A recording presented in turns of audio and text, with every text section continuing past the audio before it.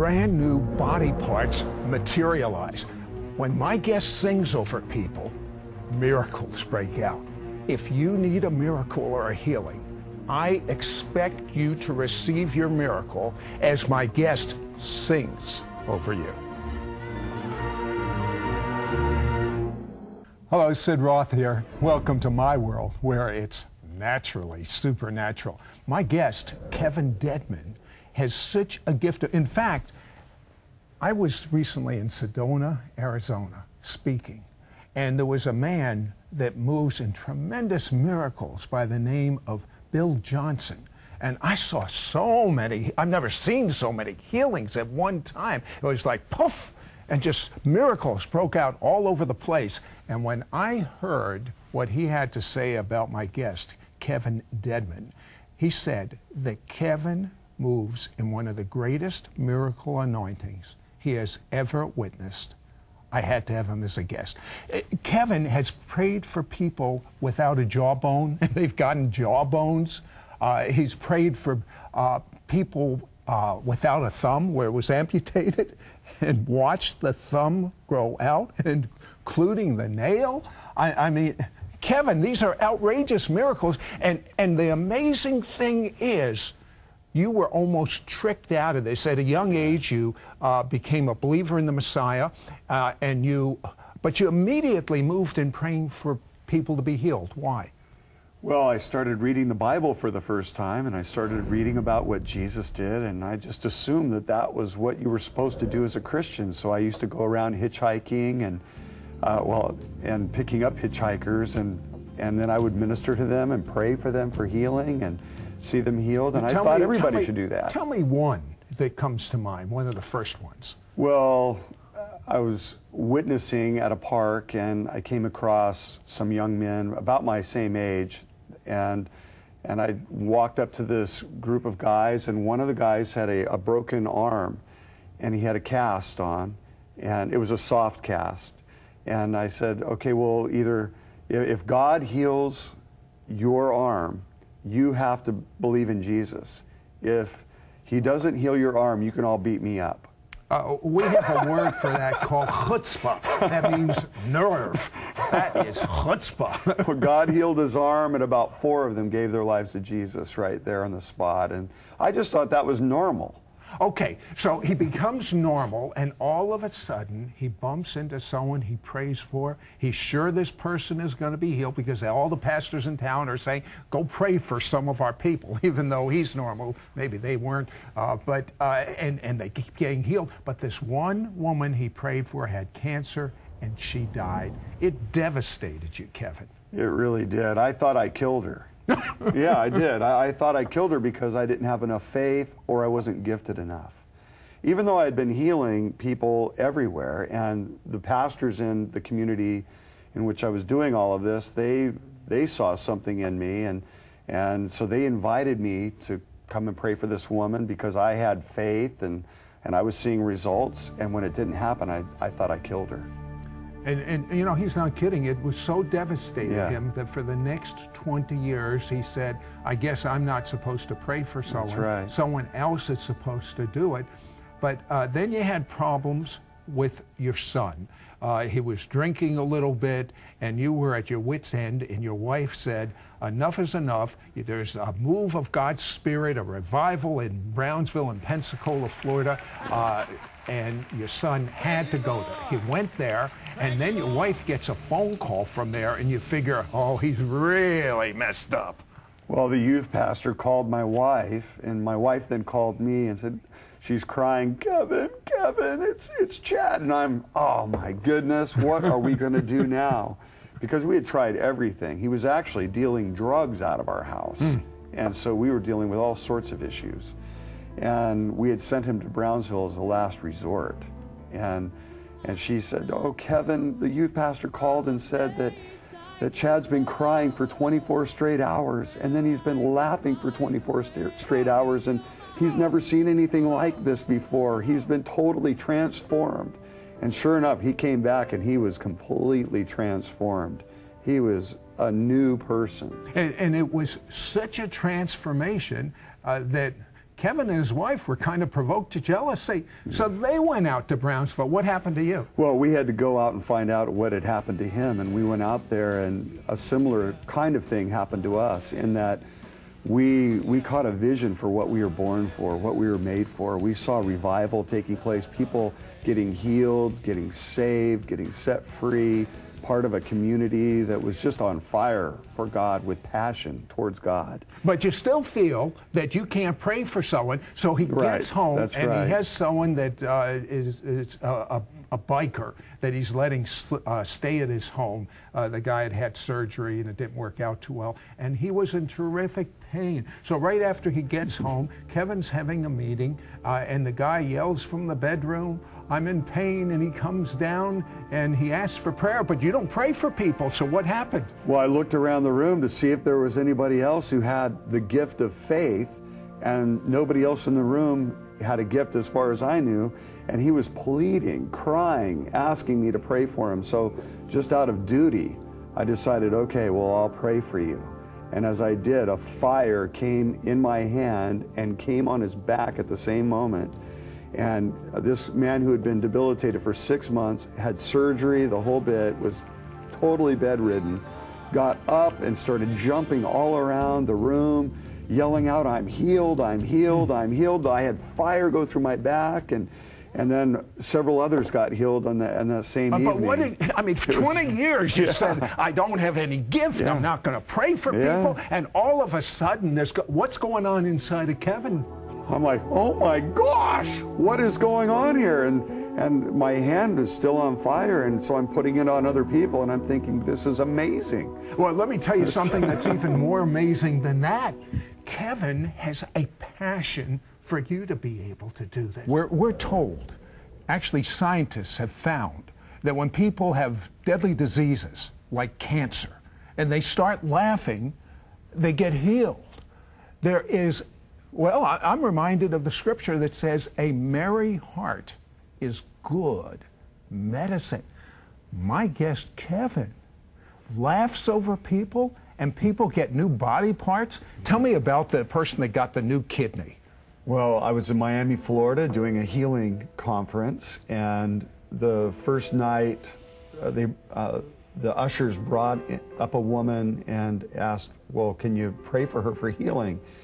So I just asked her what she wanted, and she said, well, I really want to be healed, but I don't think I can be. And I asked why not, and she said, well, I have been suffering from kidney failure for the last 2 years, and I've been bedridden for the last 3 months, and it's gotten so bad that I finally succumbed, and I went down to the kidney transplant center and put my name on the list for a new kidney, and now my relatives who are elders at another church, they've told me that I've lost all hope for healing now because I put my name on the list, which was a demonstration of my lack of faith. Yeah. To which I responded and said, no way! Your faith is standing right here, right now. And then I said, oh, more than that, I see God smiling over you right now. And then I saw an added picture, and I said, I see him dancing around you. And even more than that, he's smiling over you, and he's dancing around you, and he's laughing over you. And I put my hand on her head, and she was an African-American woman, about 5'6", and she looked about 65. I found out later she was 38 years old. Put my hand on her head, and I just started laughing, and she started laughing. We're laughing, this gut-wrenching laughter over about 3 or 4 minutes. And finally she says, I'm on fire, fan me off. So her husband's behind her, fanning her off. And then we go back to laughing, and then she's yelling out, fan me off, I'm on fire. And finally she says, it's in my feet, fan me off. And her husband's on the floor fanning off her feet, and we're going back and forth laughing. And now this woman couldn't sit in a chair on her own, let alone get up out of a chair on her own. She could barely walk. She had to be helped up to the front. And all of a sudden she does something like Michael Jordan meets Bruce Lee and does this flying kick just at the front of the church, and she lands and says, I'm healed, and she's running around me yelling, I'm healed, jumps into the front row seats, jumps out. Now all of a sudden she looks like she's 38 years old again. She goes back to the hospital, to the transplant center the next Monday, and they can't figure out why she's already received a brand new kidney. She got a kidney transplant as we just laughed. I never even got to pray for her. All we did was laugh. Now, was this something unique, or does this happen often? Oh, this happens everywhere I go. I just start laughing over people. They start laughing. And, you know, in his presence is fullness of joy, and it's his presence that heals people. So as we just enjoy his presence, as the oil of gladness Now, do you comes, have to be told to laugh? Do you have to feel like laughing, or can you do it as an act of faith? Well, you know, everything we do in the kingdom is a matter of choice that we do by faith. Forgiveness. Who feels like forgiving when you're offended?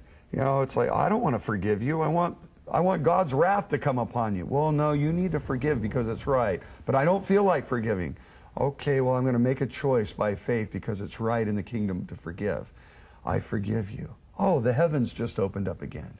Giving, serving, laughing, tithing, all of these things we do by faith as a result of the choices that we make. So it's something that's cultivated. If the thing about the kidney surprised you, what about the person with lupus? Well, that was something that I called out as a word of knowledge originally in a meeting that I was in, and it took 5 times before somebody actually responded. And it turned out that it was a woman that wasn't even in the meeting. The head elder at this church, his wife had just been diagnosed with lupus that week. She was so depressed over it and hopeless because of the diagnosis and the prognosis that she couldn't even come to the meetings.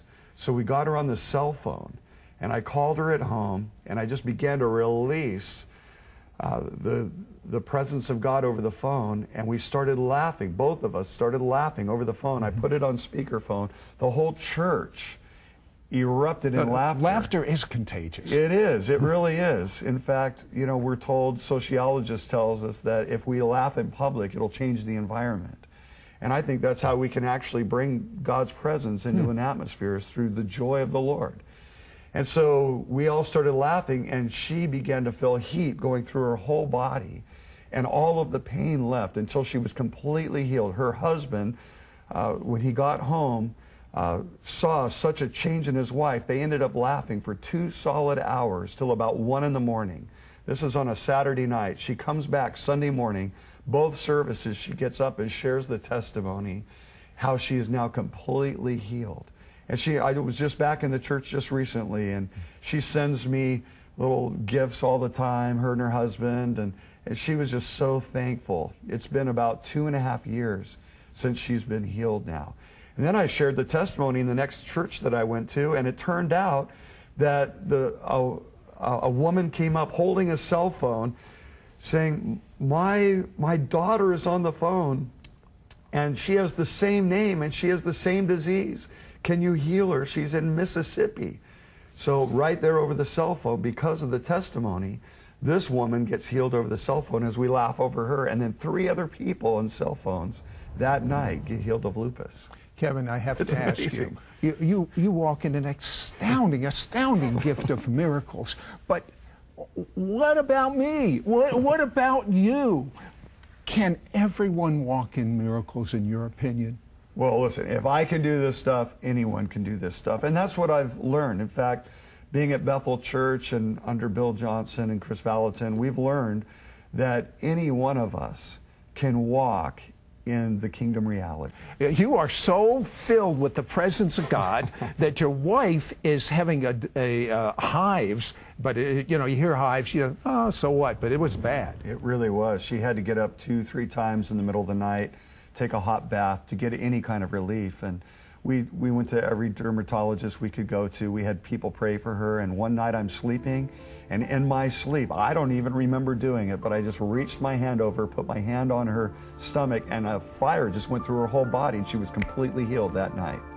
So the secret is, whether you know you're doing it or not, just touching someone and leaking the presence of God is going to do it. And that, I love that you teach that in your book about leaking, but you can't leak unless you're filled and saturated. Tell me about the thumb that grew back. Well, I was in a meeting, and a guy came up to me after the meeting, and he asked if I could go after creative miracles. And I said, well, sure, I can. I'll go after anything. And so he holds up his left hand, and he's missing his thumb. He had cut it off with a skill saw. So I just grabbed a hold of it, and it was impossible, so I just started laughing, just kind of like Abraham laughed when he heard that he was going to be a father of a nation. And he's in the Hall of Faith in Hebrews chapter 11, I believe, because he laughed. In fact, they even named their child Laughter. Yeah, that's what Isaac means in Hebrew, laughter. That's right. And so I just grabbed a hold of his hand, and after about 3 or 4 minutes, I didn't feel anything except for just the joy of the Lord, his presence. And I let go of his hand, and there was a brand new thumb. He's looking at it as though, did I give him the right thumb? He's looking at both thumbs.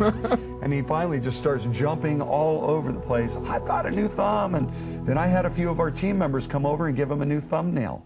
He didn't have a thumbnail. What do you mean gave him a new thumb? Well, they just laughed over his now newly formed thumb, and they laughed, and he got the white part of the thumbnail, and now it's completely grown out.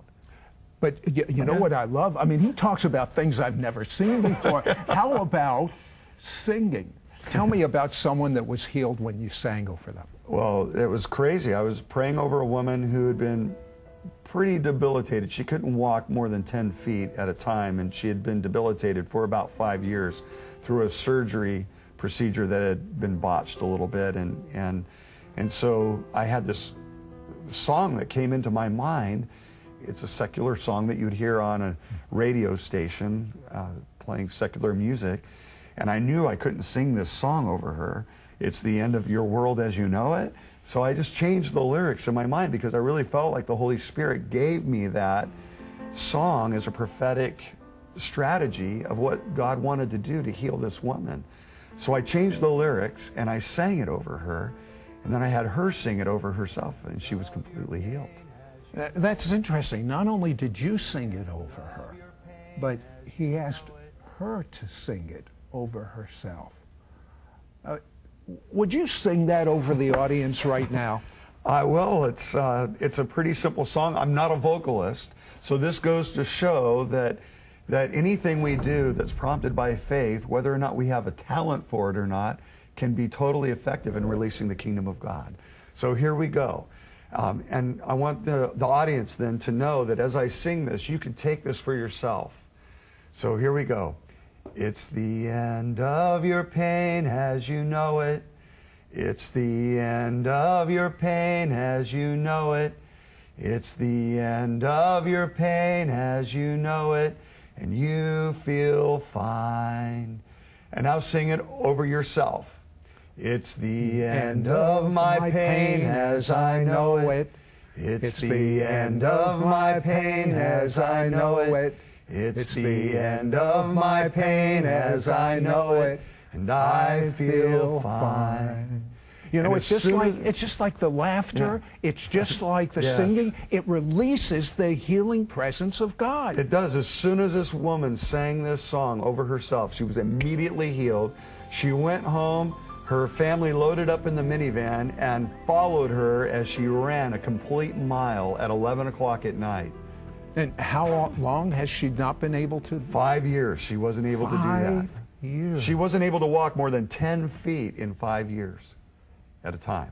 And you're saying to me that you are not special. No, I'm not. In fact, I released this in a church that I was at, and a woman who had been to a dentist lost her nerves on her cheekbone and in her chin, and the doctor told her that she would probably never get the feeling back. This had been a week. She sang the song over herself, got the feeling back. The next week, her brother was in a car accident and was in a coma in another state. She flew to the hospital. Her family was in the room. She thought, oh, I'm going to sing this song over my brother who was in a coma. She sings the song, It's the End of Your Pain as You Know It. You feel fine. As soon as she finished the last note, he came out of the coma and he was totally healed and left the hospital. Anyone can do this. I would be remiss, though, if you didn't agree in faith for people to be so filled with the Spirit and the glory of God that when they sing, when they laugh, it will release that glory.